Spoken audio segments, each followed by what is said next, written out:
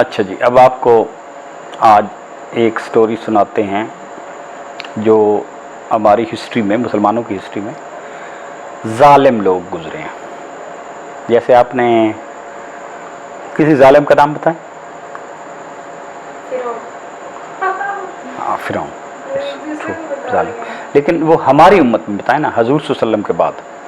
وہ پچھلی امتوں میں وہ ظالم تھے. ٹھیک بتایا. مثلا یزید آپ نے سنا ہوگا نا، یہ حضرت امام حسین کے خلاف سنا ہوا ہے نا کہ ایک دفعہ یزیدی فوجیں تھیں، ایک طرف حضرت امام حسین کی فیملی تھی، اور تو وہ بھی ظالم لوگ تھے. اور کہنے کو تھے تو مسلمان ہیں، کلمہ تو پڑھتے تھے. چلیں، ایسا ایک بندہ جو کہ مسلمانوں کی ہسٹری میں سب سے زیادہ ظالم ہے گنا جاتا، اس کا نام تھا حجاج بن یوسف. کیا نام تھا؟ بن یوسف. اب اللہ تعالیٰ بہت اس قسم کے ظالموں سے بھی کام لے لیتا ہے. ہمارے جو قرآن میں زیر زبر لگی ہوئی ہے نا، یہ اس نے لگوائی تھی. اور اس نے تقریباً 1,24,000 مسلمانوں کو قتل کیا تھا. وہ کہتا تھا مجھے زندگی میں سب سے زیادہ مزہ انسانوں کی گردن اڑانے سے آتا ہے. تو بس بہانہ ڈھونڈ رہا ہوتا تھا کہ کوئی.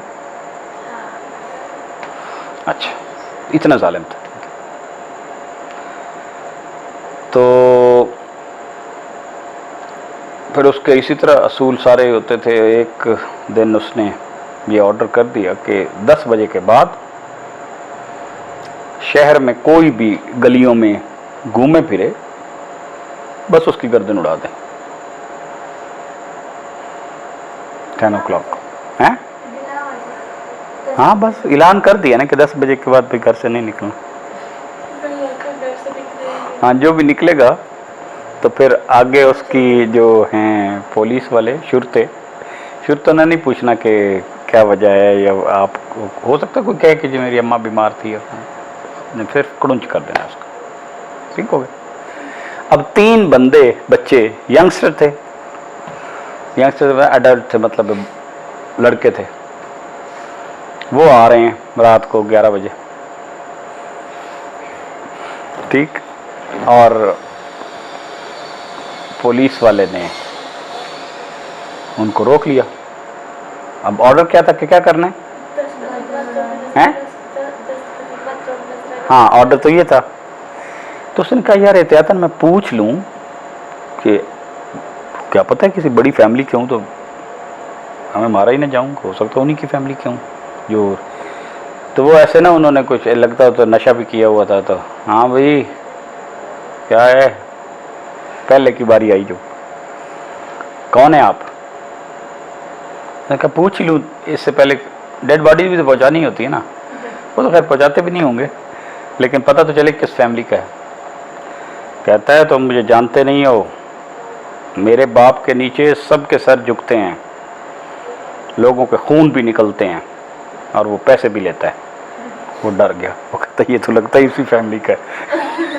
اس نے کہا اچھا تو سائڈ پہ کھڑا ہو. تو دوسرے کو، ہاں بھائی آپ کون؟ آپ مجھے نہیں جانتے، ہمارے گھر کی ہنڈیاں کبھی اترتی ہی نہیں ہے. کہتے ہیں یار یہ تو اتنے بڑے لوگ ہیں کہ جن کی چلتا ہی رہتا ہے، مطلب دسترخوان، تو مطلب ان کو تو بالکل نہیں چھیڑنا چاہیے. تو امیر لوگ ہیں، میں مار دوں تو سویرے میں میری بھی شامت آ جائے. اب حکمران بھی کون سا بھی ظالم نہیں ہے. تیسرے کی باری آئی، وہ بھی اس نے بھی جھوم رہا تھا. وہ بھی تو اس سے پوچھا تو اس نے کہا میرا والد آپ جانتے نہیں ہیں، وہ ہر وقت تلواروں سے اور ڈنڈوں سے صفیں سیدھی کرتا رہتا ہے. اس نے کہا کہ یار یہ تو کوئی مطلب کوئی جرنیل ہوگا، یہ ہو سکتا ہے، مجھے پتہ نہیں. تو اس نے تینوں کو چھوڑ دیا. لیکن صبح ان کی حاضری ہوئی، بند کر لی. اس نے مارا نہیں، کہ مطلب چھوڑ تو نہیں سکتا تھا نا، ان کو مارا نہیں، لیکن ان کا کہ میں نے ہولڈ کر لی تھا کیونکہ ان کے بیانات بڑے عجیب و غریب ہیں. تو صبح جب پتہ چلا